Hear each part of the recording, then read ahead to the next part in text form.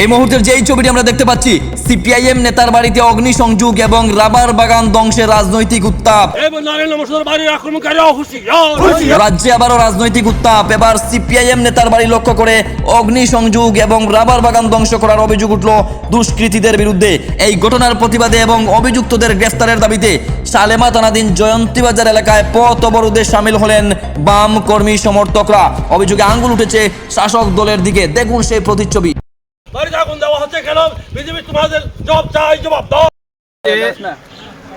ধলাই জেলার মধ্যে সবচেয়ে সন্ত্রাস কবলিত এলাকা সালেমা ব্লক সদর সহ আশপাশ এলাকা। সালেমা ব্লক সদরে সিপিআইএমের পার্টি অফিস বহুবার আক্রান্ত, সামগ্রী লুট হয়েছে, অগ্নিসংযোগ হয়েছে। সালেমা ব্লক সদরে সিপিআইএমের বহু নেতাকর্মী বারবার রক্তাক্ত আহত হয়েছে 2018 সালের পর থেকে। এটা বলা যায় বিজেপি দুর্বৃত্তরা, বিজেপি নেতৃত্ব এবং জনপ্রতিনিধিদের সিদ্ধান্ত অনুযায়ী সিপিআইএম করা যাবে না, লাল ঝান্ডা ধরা যাবে না, সিপিআইএমের সঙ্গে কোনো সম্পর্ক রক্ষা করা যাবে না, এই হুলিয়া জারি করেছে।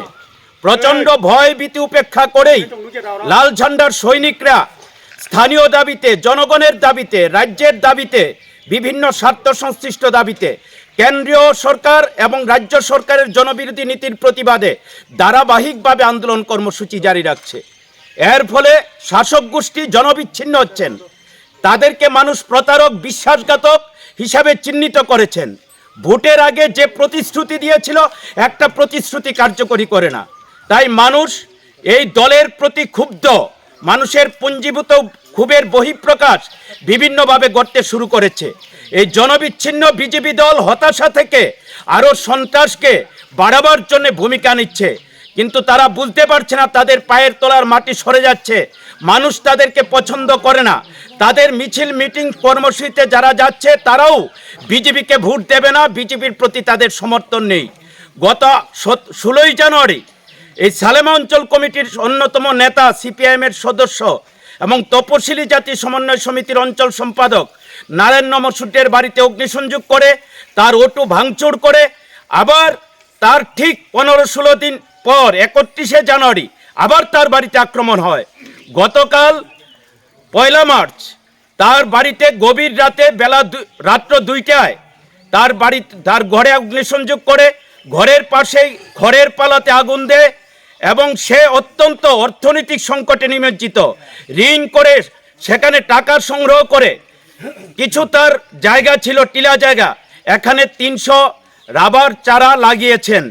এই চারাগুলিকে সবগুলিকে কেটে শেষ করে দেওয়া হয়েছে। কিছু অল্প গাছ ছিল, পুরনো গাছ, এখানে আগুন দিয়ে দেওয়া হয়েছে। এই যে বর্বরতা, বিজেপি করুক, কংগ্রেস করুক, বামফ্রন্ট আমলে রাবার বাগানের শুরু হয়। নৃপেন চক্রবর্তী, দশরথ দেববর্মার হাত ধরে ত্রিপুরার গভীর জঙ্গল পরিষ্কার করে রাবার বাগানের কাজ শুরু হয়। আজকে ত্রিপুরার বিজেপি জোট সরকারের 8 বছরের অপশাসনে সীমাহীন দ্রব্যমূল্য বৃদ্ধি, দারিদ্রতা, বেকারত্ব যখন কুড়ে কুড়ে খাচ্ছে গোটা রাজ্যকে, তখন সন্তান বিক্রি হচ্ছে, অভাবের যন্ত্রণায় মানুষ হতাশাগ্রস্ত। এই সময়ে রাবার অর্থনীতি ত্রিপুরাকে টিকিয়ে রেখেছে। এটা বামফ্রন্ট সরকারের সাফল্য। বামফ্রন্ট আমলে বহু বিরোধী দলের নেতা, বিরোধী দলের কর্মী, সমর্থক রাবার বাগান করেছেন, একটা বাগানে আগুন দেওয়া হয়নি, রাবার বাগান কেটে ফেলে দেওয়া হয়নি। ত্রিপুরার উন্নয়নের ক্ষেত্রে একটা গুরুত্বপূর্ণ ভূমিকা ছিল। তখন গণতন্ত্র ছিল, মানুষ স্বাধীনভাবে তার কাজ করতে পারত, স্বাধীনভাবে ভোটে অংশগ্রহণ করতে পারত, স্বাধীনভাবে রাজনৈতিক কর্মকাণ্ডে অংশগ্রহণ করতে পারত, সরকার বিরোধী আলোচনা করতে পারত। এখন সরকার বিরোধী আলোচনা করা যাবে না।